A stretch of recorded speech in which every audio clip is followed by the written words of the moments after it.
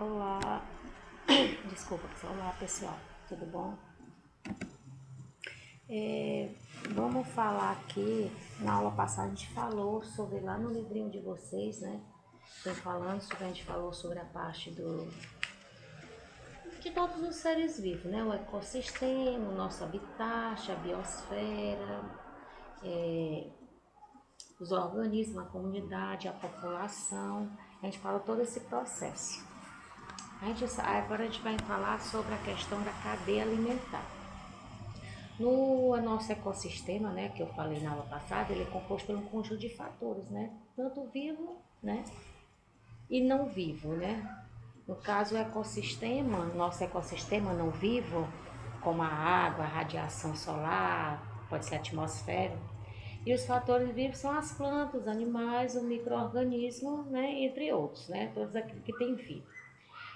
Isso aí compõe o nosso ambiente, né? A interação desses fatores, vivo e não vivo, né? Ele determina o ambiente que constitui um próprio ecossistema. E o tamanho do ecossistema vai depender de que aquele objetivo estudar, né? No quais as características, ele é definido e não existe na natureza uma separação definida, né? Do vivo e não vivo, né? É um conjunto, né? Então, os fatores vivos, como presente no nosso ecossistema, só relembrando, né? É os produtores, o consumidor e o próprio decompositor, né? Eu já falei quem é o produtor, né? Quem é o consumidor e quem é o decompositor. E dentro do produtor, né? Que no caso que são chamados de autotrófico, né? O consumidor, que somos nós, somos chamados de heterotrófico. Não pode esquecer, né, que o autotrófico, ele sintetiza ou até mesmo fabrica, né, seu próprio alimento. Já o heterotrófico, ele busca, né, ele vai atrás do seu próprio alimento, né. E o próprio decompositor, né, no caso, são os micro-organismos, né. Ele tem a função da matéria orgânica, né, ou seja, de plantas ou animais para nutrir, né, aqueles mortos que ficam dentro do ambiente, né, o que se estraga entra em decomposição e acaba, né, servindo de alimento também. E aí a gente vai falar um pouquinho na questão do processo da cadeia alimentar, né? A cadeia alimentar é uma sequência de seres vivos que serve de alimento para o outro dentro do ecossistema, né?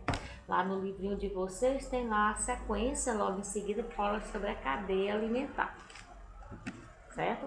Aí eu mostrei aqui, né, a cadeia alimentar, tô dando um modelo de um produtor, que seria a planta, né? O consumidor seria o quê? O gafanhoto, né?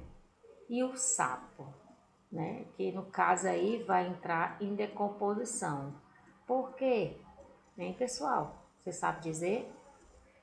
Porque o sapo, né? O gafanhoto se alimenta da planta, o sapo devora o gafanhoto e acaba entrando em decomposições, né? Que vai virar o quê? Bactérias, né? Outros tipos, né, de matéria morta, matéria orgânica, certo? Aí nós temos no caso, o produtor, né? Como eu já falei, o consumidor e o decompositor vai fazer parte dessa cadeia, né? De quem vai se alimentar, né?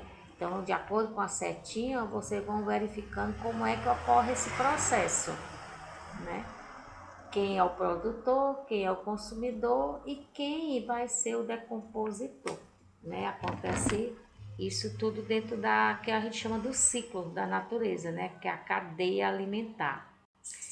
Vamos supor, o boi, ele consome o capim, né? Um boi, ele vai consumir capim. Ele é chamado de consumidor primário. O ser humano, além de se alimentar de vegetais, também se alimenta de carne, de boi. Por esse motivo, ele é um consumidor secundário.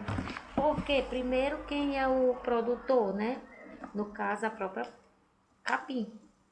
Aí o boi se alimenta do capim, então ele se torna ser o consumidor primário. A gente já se alimenta do boi, a gente passa a ser o consumidor secundário.